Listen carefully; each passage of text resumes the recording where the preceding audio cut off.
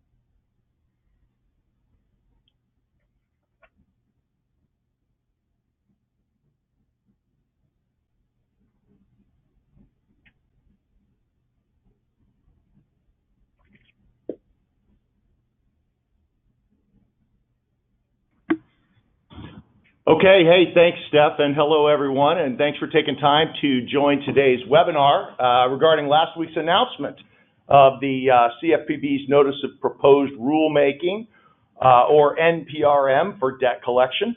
I'm Dusty Whitesell, SVP of Marketing here at LiveVox, and 25-year veteran of call center operations, so this topic is near and dear to me for sure. So we had quite a week last week with Director Kraninger's announcement at a CFPB town hall the day after the proposed rules were released. The director's remarks rung true, in a number of ways, not the least of which was hey, the FDCPA is 40 years old and needs some updating. I was certainly amused by her remarks regarding telegrams, very funny.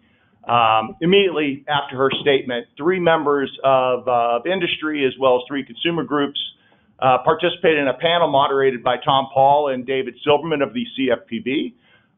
They hit on, some of the topics we'll discuss today, including, call caps, message content, some of the safe harbors that were mentioned, and additional communication channels, kind of more modern, I believe is what they call the communication channels. So also keep in mind, since this is a call really exclusive to our customers, we'll provide a little info on how LiveVox can assist with some of these proposed rules today. So I have a couple of very special guests with me and today, and I'm going to get to them in a moment, but I know they'll both appreciate this next slide.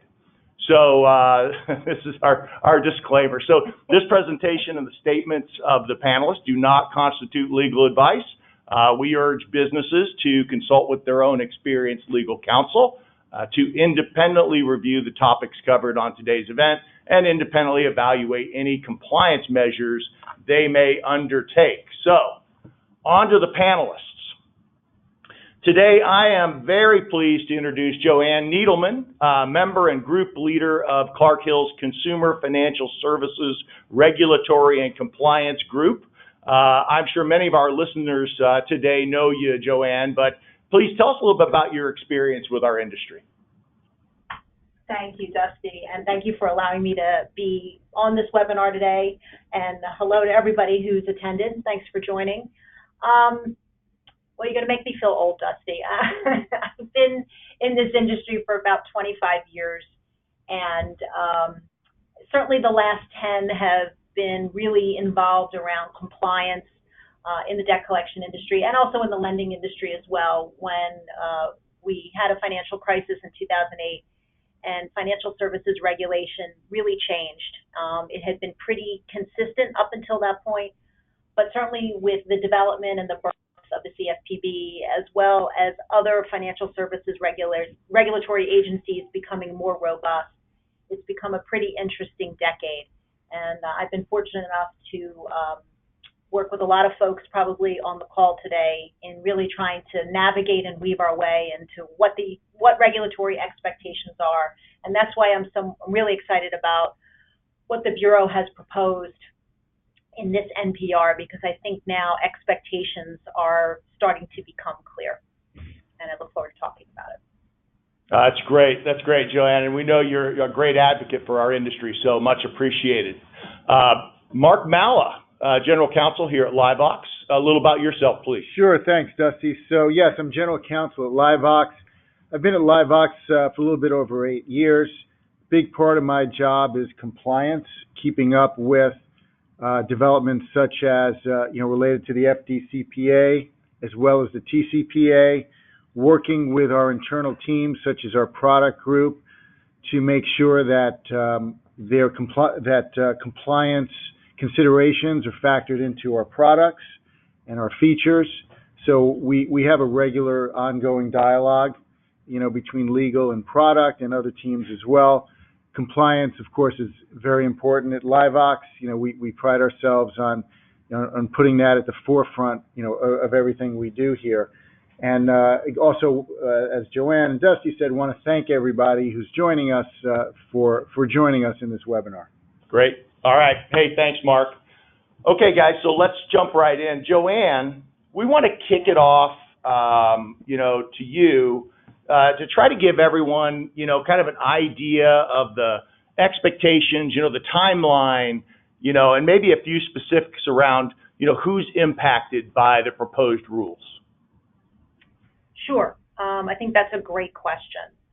So let's first talk about timeline. As you mentioned, Dusty, last Tuesday, actually, which was the 7th, the Bureau released the Notice of Proposed Rules. And I'll just keep referring them to NPR so everybody knows what I'm talking about.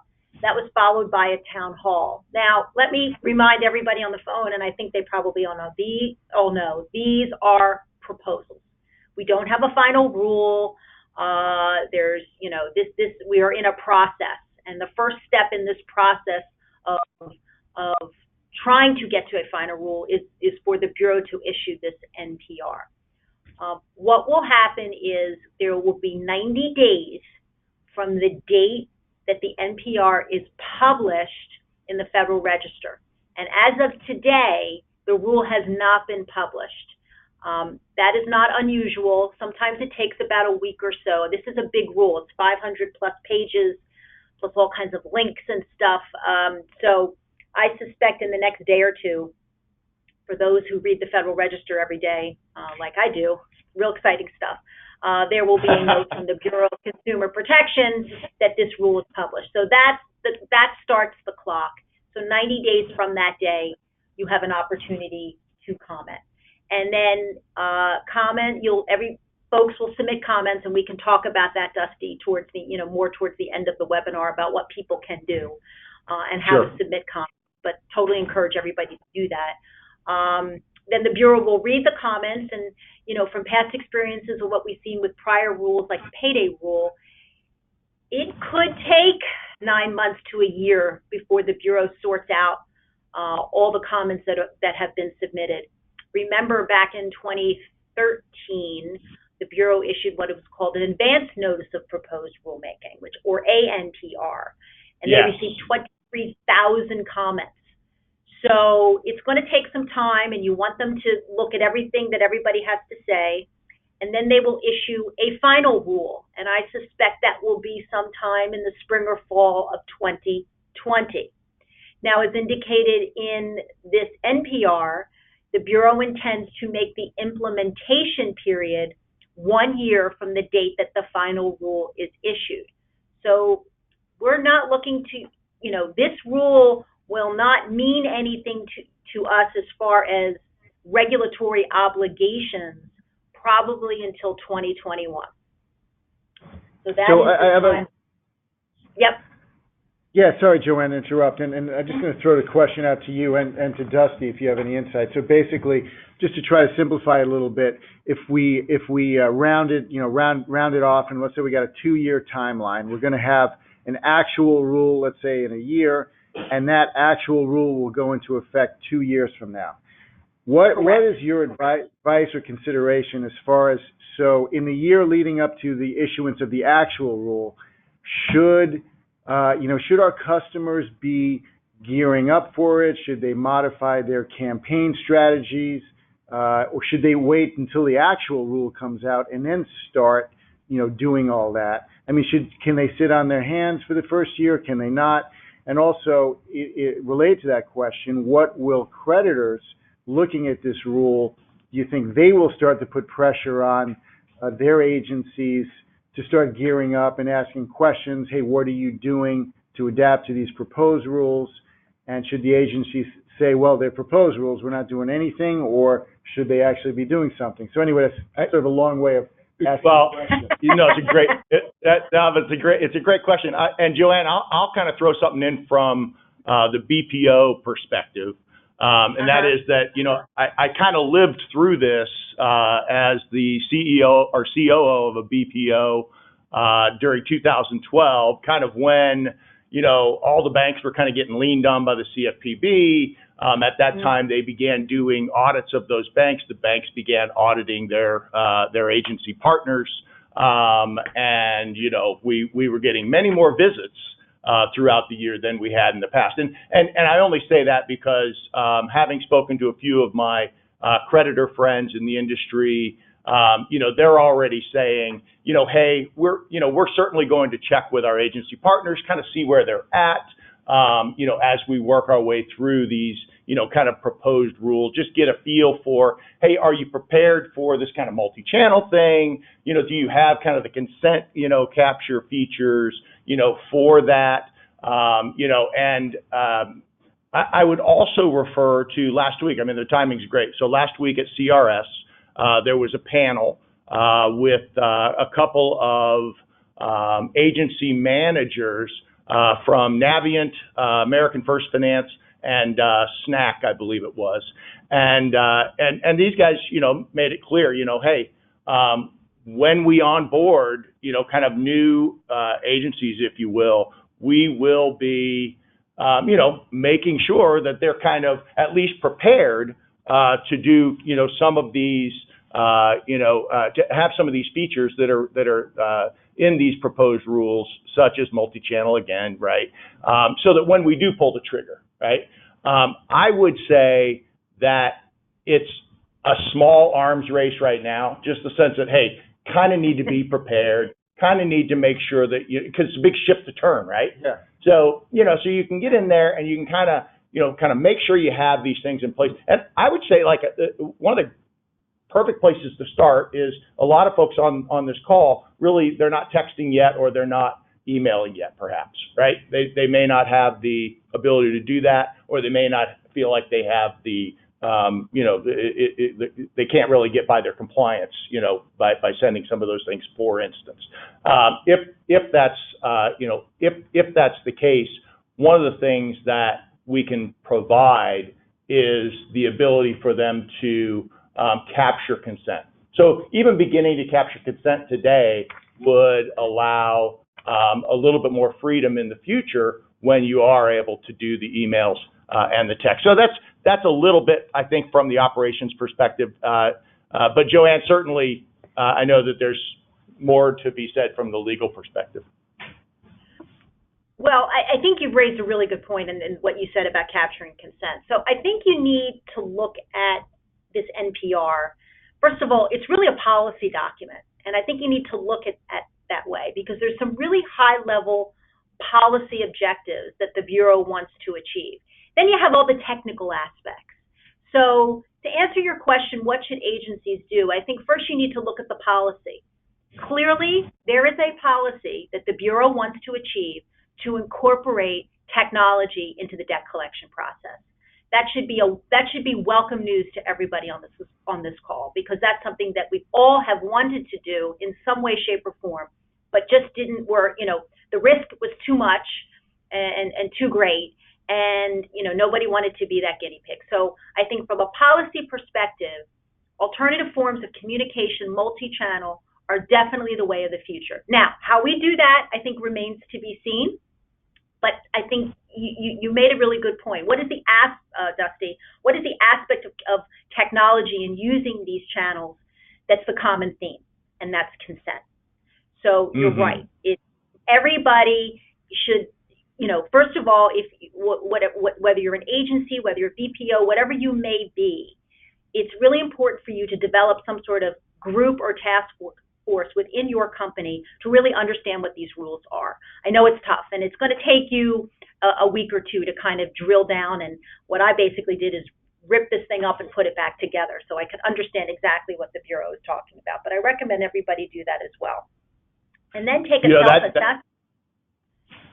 Then take a self-assessment of, based on the policy at a minimum that the Bureau is talking about, is that something as an agency we can do? And I guarantee you the answer should be yes. And then the question is going to be, how do we do it? And it's going to take some time to see where these initiatives fall. Already the consumer advocates are out there, and there's a lot of opinions being floated around, and I think you got to really wait for the dust to settle to see which ones are going to fly or not. But technically, if you want to achieve, say, like a consent, what is it going to take within your agency, within your company to do that based on the framework that the Bureau has provided? If you want to use email or text, and there's a lot of talk in here about e-sign or alternative procedures to e-sign. Can you do that? And lastly, especially if you're a third-party agency, what is the relationship with your client? Because creditors, while not directly noted in these rules, nor do these rules directly address creditor activity, creditors have a role here. They're going to, if you want to email and text, you got to have a process in place, as does your client, to make sure you got accurate information. Because the Bureau has given you a bona fide error. We'll get technical in a minute, but the Bureau has given you opportunities.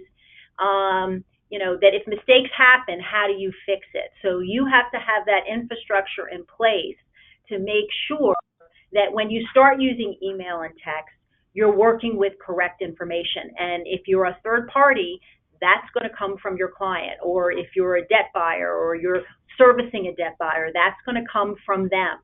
So there's a lot of things that folks on this call can do now to start to prepare. And then as time goes on and we really start to see where all of this is going to end up, you can make adjustments along the way, because what you don't want to do is wait around for 2 years and then they're going to flip the switch and you're not going to be ready to move forward. I think competitively that is not a good idea.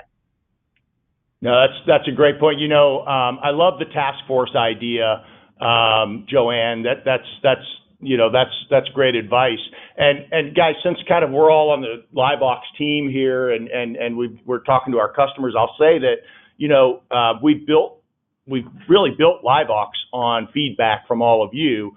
And so as you build your task force, or as you have your attorneys looking over the rules, or as you begin to implement any of the multi-channel or what have you, I would highly recommend to kind of get a feedback loop coming back to your account manager, so that we know, guys, 2 years, we'll be easily 4, 5, 6 releases out. And so with each of our new releases, we can take that input, as we always have. We'll just take that input and be able to integrate that into the platform. So keep that communication open. And Mark, I think you have something to say. Yeah. So Joanne, I like what you said about looking at this as a policy document. It's 538 pages, so there's a lot of policy. There's a lot of policy in there. And I know we haven't gotten to the actual rules yet, which we will shortly. But without trying to get too far ahead of ourselves, I think if you look at it as a policy document, there are 3 things, that are going to come out of this. One is, and I don't think I'm going too far out on a limb by saying there's going to be some kind of cap. Now, whether it's 7, per account, as the proposed rule says, or it changes after the comment period, I don't think the CFPB is going to say, yeah, I know we proposed a specific bright line cap, but we changed our mind and it's just going to be, the way it was before, which is, under a reasonableness standard. I don't think they're going to do that. I think they, as a policy, they want a bright line. And then 2, as a policy, I think they want to encourage, or at least open up, multi-channel engagement, SMS, email, chat, web portal, things like that. So maybe the actual rule will have a few variations on that theme, but it's going to be in there. And then I think that number 3, consent, is only going to become more important, because the consumer groups, as well as the plaintiffs' attorneys, they always challenge based on, 1, whether there was actual consent, and 2, what was the scope of that consent. Yeah, you could call me back on Tuesday, but if wasn't around and you reach me on a Wednesday, was that within the scope of consent? I mean, there's infinite variations on that. So I think those 3 things, a cap, multi-channel engagement, and the importance of consent, I think are 3 takeaways that it's not too early to start, preparing right now to really get buttoned up on those 3 things. Well, that's a great segue, Mark, because our next slide, we're going to ask Joanne her thoughts on call caps. So Joanne, they mentioned call caps and contact limits. What can we make of this? Well, I think to Mark's point, the Bureau wants to address communications and, what is the line that you can draw before communicating becomes harassing? And there's been a lot of talks about call caps really for the last decade.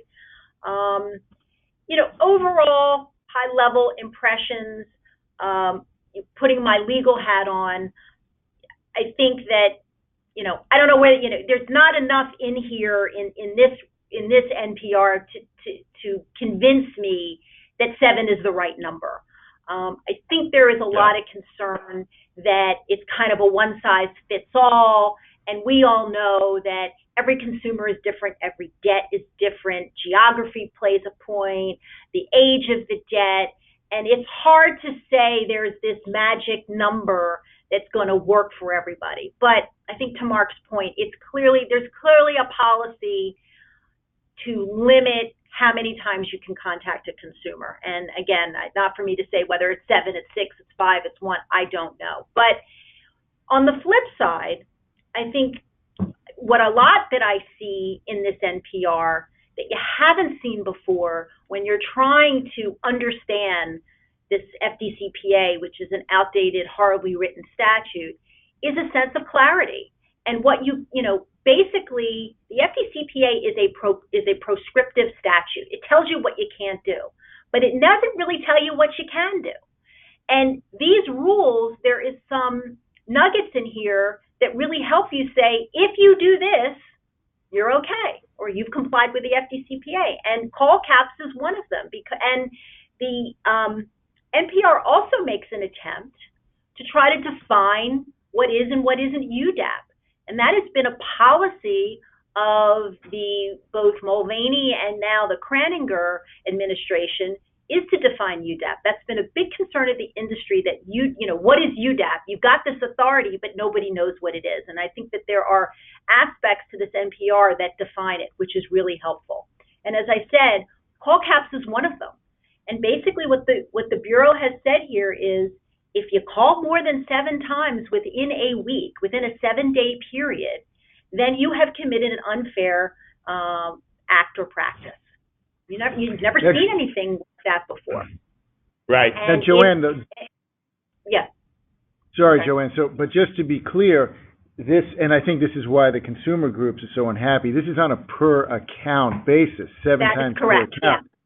yeah. So if you have 10, if a debtor has 10 accounts, that's 7 times per account. So that's 70 times in a week, technically speaking. You can call them, hang up, call them back the next minute, say, oh, now I want to talk to you about account number 2, and so on and so forth. Not that that would actually happen. But I think this is why the consumer groups are so unhappy, because they're saying this is not really 7. It's a fake 7, because it's 7 times the number of accounts. And I think they're going to lobby very heavily about that. Well, I noticed in the panel, Mark, that they kind of, the consumer groups kind of conflated the attempts and the debt collectors in this sense.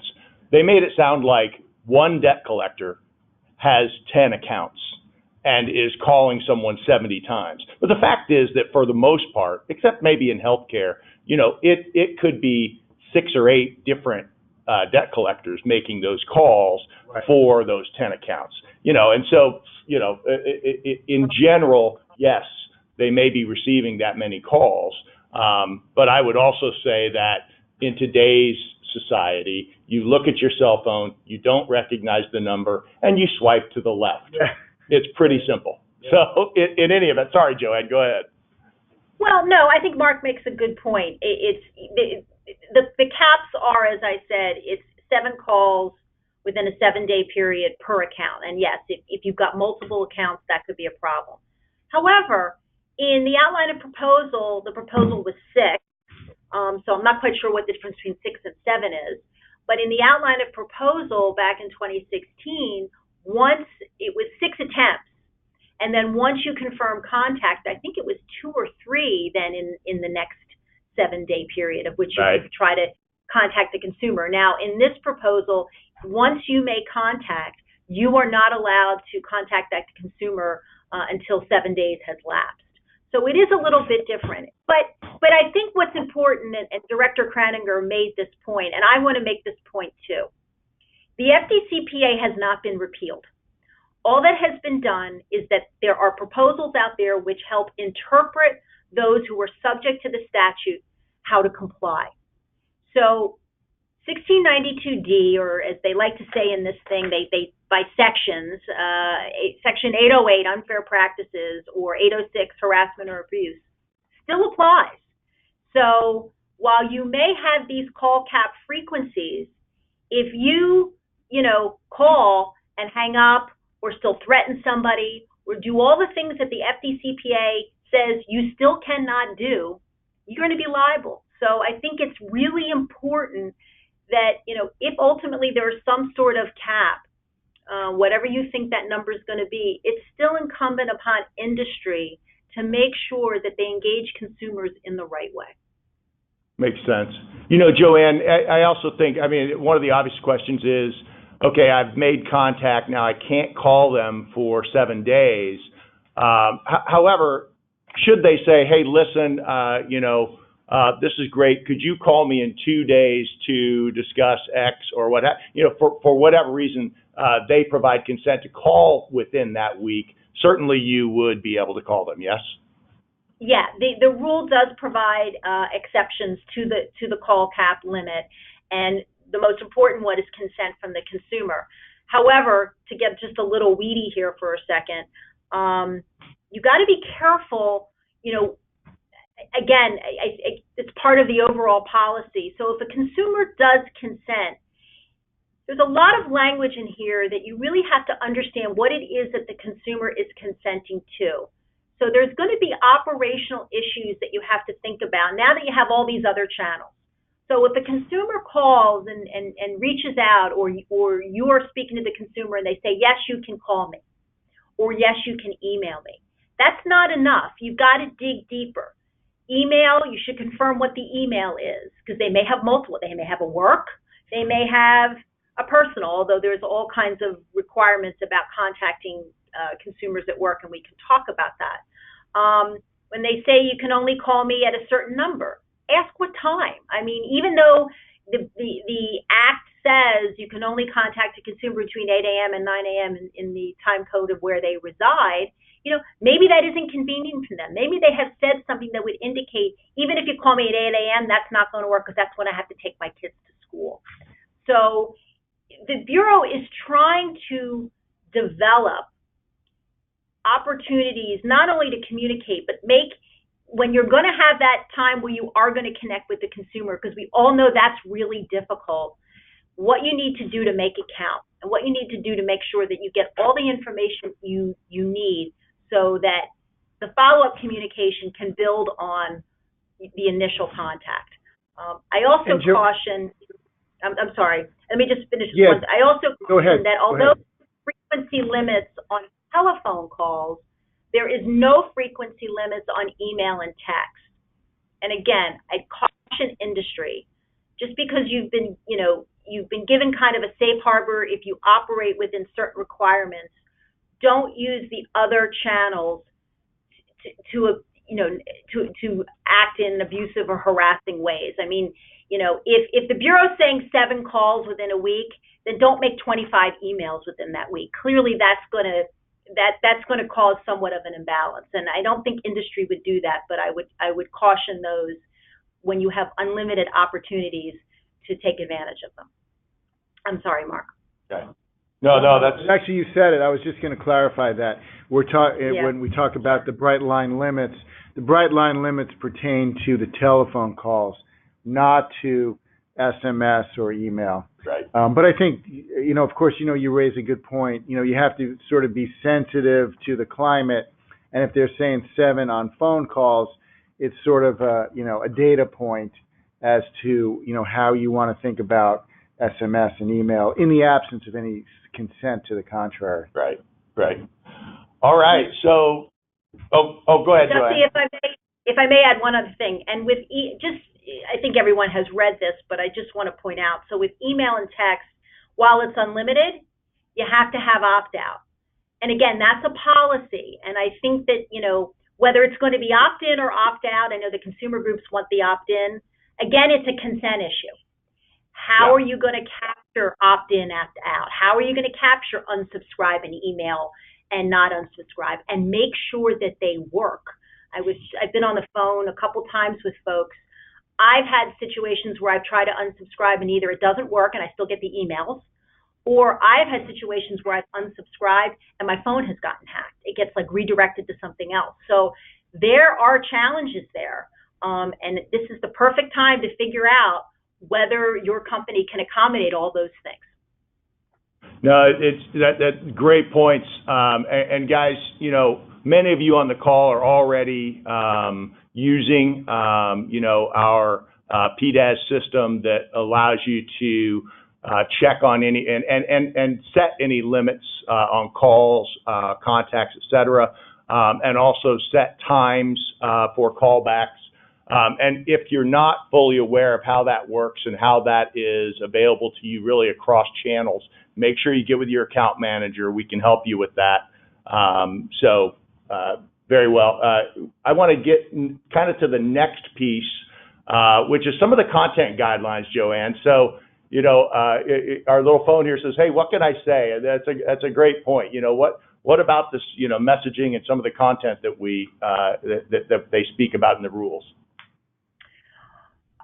Sure. So another, I think, important proposal is what is called the limited content message. That's been a big issue. I think we're all familiar with FODI and leaving messages, and you know, how that got industry into, you know, a lot of difficulties. And that was an issue that I think from the very beginning, the Bureau felt was kind of ridiculous. I mean, you have to be able to at least make an outreach to a consumer. And this kind of catch-22 was really problematic. In the outline of proposal in 2016, the Bureau proposed a limited content message, but only for telephone calls and like leaving a message. This proposal, this NPR, has expanded that to text. Email is not included, but what the proposal allows is that a debt collector can leave what they call limited content message, both on a voicemail or in a text, that asks for the consumer, you know, can say, Dusty, can you give me a call back? My name's Joanne Edelman. Can you give me a call back at this number?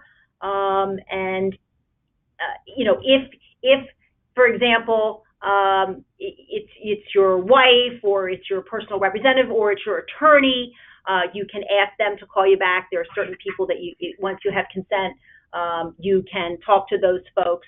But, you know, it gives you very specific requirements of what you can say in that limited content message. And if you use those requirements, you have not committed a third-party disclosure, and that is not what is called a communication as defined under the FDCPA. It's an attempt, but it is not a communication. It is not subject to the requirements of the FDCPA. So that is a true safe harbor.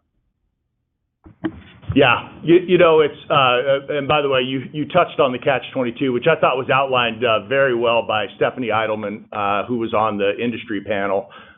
You know, it just starts off so awkwardly, you know, and right. To start the conversation, you know, in just kind of such an uncomfortable fashion, it just leads to, you know, issues right from the get-go. But in any event, Mark, I think you had something to say. Yeah, one thing to keep in mind, too, you know, we're talking about these proposed rules, but of course, these proposed rules do not negate the TCPA or the CTIA. Right.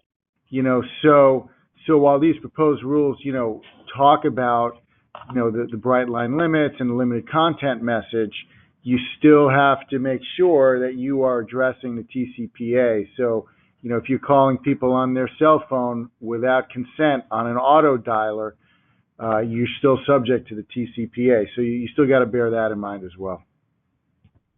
Great. All right. Hey, you know, let's jump to the next, you know, kind of topic here. So the multi-channel, the email and SMS, Joanne, you know, help us with, you know, what do you think the rules say about, or the proposed rules kind of say about this? Well, it's again, as part of a policy statement, I think the Bureau is looking for those two types of channels to be incorporated into the debt collection process. But there are some guardrails, and you need to think about what those guardrails are. I think first and foremost is, do you have the right email and do you have the right telephone number? And that is obviously a big concern for the CFPB. However, they have expanded what we call the bona fide error, which is the FDCPA is a strict liability statute, but if you can show that the violation of the act was unintentional and you had policies and procedures in place to prevent that, to prevent the violation, then you would not be subject to any liability under the act. And the Bureau has offered that to those who want to use email and text. However, it's going to require some coordination with your client. It's a little convoluted. I'll try to not make it too confusing. But basically, you can email and text if you are certain that the number that you have is the correct one. So how do you do that? Well, you can do that if the consumer reached out to you and said, you can email me, or here's my phone number, you can contact me in this way. However, there's a big however, and I think this could be an issue that could be potentially litigated or discussed as to how to comply. The way the proposal reads, it says an email address, or in the case of a text message, a telephone number that the consumer recently used to contact the debt collector for purposes other than opting out of electronic communication. This includes a work email. So what's recently used? Is it a month? Is it a week? Is it 2 months? Is it 6 months? I think that we're going to need to get some clarity, as clear as some other aspects of this NPR may be. I think we're going to need to go to the Bureau and get some clarity on what that means, because I think that can be interpreted in a lot of different ways. So if the consumer contacts you and says, use this, and it wasn't for opt-out, because that's going to be a big issue of consumers opting out. And then the other way is kind of twofold, is, again, coordination with your client. Did the client provide you with did the client notify the consumer? It's almost, this is really a CRC policy that got adopted. Was there a goodbye letter from the client? Did the client say, hello, I am creditor, hello consumer, this is creditor, we are sending your account to ABC Collection Company, they are going to email you at X address, they are going to call you at this phone number, and as long as that was done 30 days prior to the agency then reaching out to the consumer, then you have a bona fide error defense. And again, does the agency have policies and procedures to make sure the client did that? Is that information coming back into the agency? Are they storing it and managing that information in an appropriate way? So that's another way to meet that requirement. Or the agency themselves or the creditor themselves can notify the consumer that the debt has already been placed. So an agency can write a letter, would have to be in writing, to a consumer to say, we have your account. And basically what that is saying is you're sending a validation notice. And in the validation notice, and we may get into that a little bit, in the validation notice, it would say, if you want to contact us, please do so. And the consumer then could reach out, and then you could capture all of that information. So it's a little tricky. It's a little technical. I mean, there's a lot more nuance to all this, but I think that's the real overview is, again, you got to have consent, and you got to have an infrastructure that is able to ensure that the information you have is accurate. No, it's a great push. Joanne, as you're walking through that, it's just kind of like, holy cow, this is not necessarily, based on this conversation, this is not an easy thing to do. But again, since we have, our customers on the phone, I just want to make sure, look, early adopters into multi-channel, found that they would, you use your letter vendor for your emails, another vendor for, my text, another vendor for voice. But the problem with that, based on what's coming, is the integration of all those things. And, that takes time, that takes money, it's messy, and by the way, we keep hearing about omni-channel, right? Oh, we need omni-channel. And I think what you're going to start hearing more about is true omni-channel. And I bring this up, because, Joanne, you walked through, kind of the ins and outs of this multi-channel piece. It's not simple. But those of you that have, the latest release, U10 from LiveVox, you guys have all the channels on one platform. You've got the visibility of all the conversations. Your agent will have the visibility of all the conversations on one pane of glass. And that's what true omnichannel is, giving the customer experience and giving the agent experience the agent now can kind of see what's going on from a text perspective, can see what's going on from an email perspective, et cetera. So it just makes it easier to track and certainly to begin your cross-channel reporting. As well, Dusty, as the multi-channel consent. Again, consent is really critical. The more complicated these rules get, the more intricate, and the fact that consent can override these rules, and the burden of proof, is on the caller or the person sending the email or the SMS to prove consent. I think that we have the consent tool, which I think is going to be very valuable. Agreed. Right.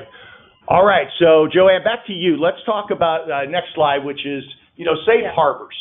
Tell us a little bit more about this, because I think that this raised a lot of eyebrows. What's this going to do for me? Well, in some aspects of the proposal, the Bureau has come out and said, as I indicated before, if you do X, you comply. It is, a limited content message is not a communication. That's somewhat of a safe harbor. I mean, that tells you, how to do something and ensure that your risk is completely minimized. Not every section has it, but many do. I'm just going through my little cheat sheet here because I do not, I have not memorized this proposal yet. I just talked about. I'm sorry. I was just going to say, Joanne, it does count. Although it's, this is where again it gets a little intricate. It does not. The limited content message does not count as a communication, but it does count as an attempt to communicate. So it goes towards that 7. Right. That's correct. That's correct. So yeah, I mean, it's a lot of back and forth. I just spoke about the bona fide error procedure to confirm and document that you have the correct email address. That is somewhat of a safe harbor. There is we talked about contacting people at inconvenient times. The Bureau has said when we talk about consent, well, you can get consent, but if the consent that you captured was at an inconvenient time or otherwise violated some other aspect of the FDCPA, then it's not good consent. So that's another issue that folks need to worry about. Not only capturing consent, but did I get the good consent? However, if a consumer opts out and says, don't email me, the proposals offer the debt collector an opportunity to contact the consumer one time to confirm that I'm confirming that you want to opt out. You can do that. You can't disclose any additional information about the debt, but you can confirm it to make sure that there was an actual good opt out. Far as that's not one more bite of the collection apple, so to speak. No, it is not. But I mean, again, it is a bite at the compliance apple. To make sure the opt out is good, because it's all about, again, it's about confirmation and documentation. And so you always want to document everything that you want to do, and if you can show that one time, in case something else happened, or just so you can go back and say, well, I did check. You've got that opportunity. So there is lots of, there's some other ones that may not necessarily relevant to some of the things that we're talking about here. Look, the model validation notice is probably the biggest safe harbor. Bureau says if you use the model validation notice, which is the Form B3 that is attached to the rule, if you use that, to send your initial validation notice either as an initial communication or 5 days after the initial communication, then you have complied with the FDCPA. And in those proposals for model validation, it addresses issues of how do you communicate whether interest is accruing or not, which is part of the Avila decision. How do you providing information about disputing the debt? That communication will cease if once you dispute, and we have to get you verification. So lots of information in that model validation notice, but if you follow it completely, again, complete safe harbor. Okay, no, that's great.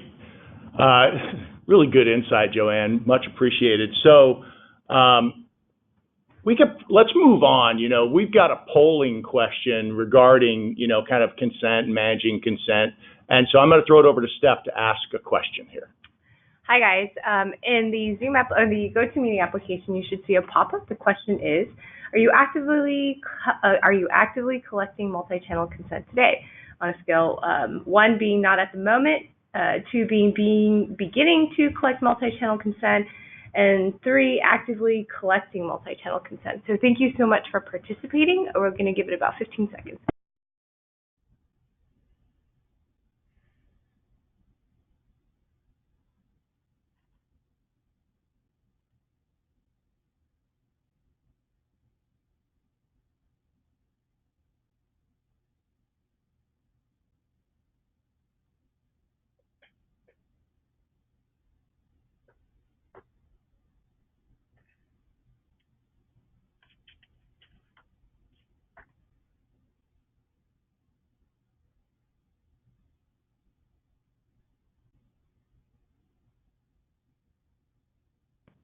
Thank you, guys.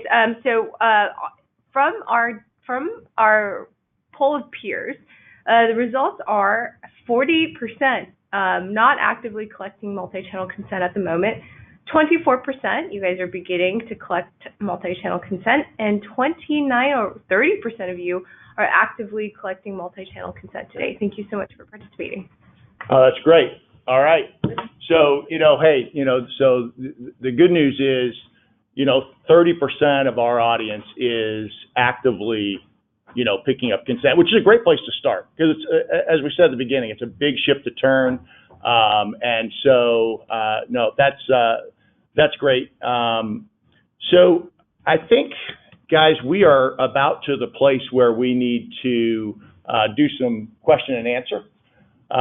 Once again, I think our next slide just makes it clear that the disclaimer from the beginning still stands. I won't read through it again. However, I'm sure our panelists will appreciate that we'll show that once again. So on the Q&A, I know we have a few questions, so I think Lindsay's going to share those with us. Is the 7 contacts per week limited to telephone contacts, or does the 7 include calls, email, text, voicemail drop? Also, if one account has 4 numbers and you attempt to call all 4 numbers, is the call contact ticker now at 4? Joanne, you want to handle that? Sure, absolutely. Let me get to my cheat sheet here. Sorry, guys. I do have a cheat sheet. Yay, she's human. First of all, to the question of what is a call, it has to be a connected call. So if you hit a voicemail or if somebody picks up, it is a call. But ringless voicemail or call drop also counts. But if you get a disconnected or a busy signal, it does not count. The call caps only are for telephone calls. It does not apply to email or text. And right now there are no other channels that the Bureau is looking into. So Joanne, part of the question was, hey, I've got 4 phone numbers. I called each one once. I got a voicemail on all 4. Is that 4 calls? Yes. Yep. That is 4 calls. It is per account. It is not per telephone number, so to speak. Yep. So if a consumer has a work, a mobile, a home, whatever combination you choose to contact all goes into that 7 if it refers to that, for example, target account. I'm just using, examples here, but it's about the account, not the, multiple numbers or contact information you have for the consumer. Right. Dusty, you and I spoke about this, and I think somebody brought it up on the panel, which is, one of the frustrations is if you've got, let's say 10 numbers, and number 10 is the right number to reach the consumer, you're going to go 1 through 7, and you're done for the week, and you've made not even close to getting in touch with that consumer. Right. So yeah, I mean, as the question implies, the proliferation of several numbers does put a drag, on the whole process. Yep. And that's a really good point, again, and hopefully Dusty will talk about this at the tail end about commenting. We're starting, the consumer groups are really starting to coordinate and collaborate about their messages and themes. And as you saw at the town hall, oh my God, someone's going to get, if they have multiple accounts, they're going to get called, multiple times for each account. But to Mark made a really good point. I mean, every consumer may have 3 or 4 phone numbers that you know of. I mean, you may get an account and it may have 10 numbers. 4 of them may be bad, but you don't know that until you call. So, but I will say this, if you look at the section by section analysis and the official interpretation, misdirected calls, that is not, so if you call a number and you're trying to reach John Smith and you get Jane Doe, that does not count towards the cap. The only thing I would, make sure, as you all probably do, is document that very carefully. Great. All right. So, gosh, we have a couple of questions. Which one's next, Steph? The highlighted one. All right. Hello, as a creditor, what, if any, is our exposure? Well, I'll just start it out. Let me start this one out, and I'll flip it over to Joanne. So, the rules are pertain to third-party debt collection. So I would say that they do not directly impact creditors, but I do think that they indirectly impact creditors because obviously there's a outside collection agency management that needs to happen. How closely are you managing your agencies? If you have particularly bright line rules in place, are you doing anything to enforce those bright line rules? Are you auditing, particularly since you have notice of the 7 or whatever the cap is? Which brings up the whole vicarious liability question, which is a very difficult area of the law, and it even varies by industry. So I would say that to look at these proposed rules with an eye towards what is it doing on the vicarious liability front, and what changes might you need to make on that vicarious liability front? And this is developing, so it's hard to say exactly what to do at this point, especially since the actual rules aren't out. But I think that it should be looked through that prism of vicarious liability. Joanne, you may have some additional thoughts on that. I do. I think that's a great point, Mark. I would also, as you pour through the rules, there is some obligations indirectly upon creditors, especially when it comes to if you're going to proceed through electronic disclosures using e-sign. We can have that conversation on another webinar, but and making sure, as we've talked about, ensuring that the consumer's email and telephone number were correct when the account was being transferred, whether there was notification to the consumer prior to the transfer in order for the debt collector to assert the bona fide error defense. So I would say to creditors, UDAP applies to everybody. And while the NPR does, as Mark says, does not directly impact you, UDAP could indirectly impact you, because if there's policies that are consistently not working, if you're not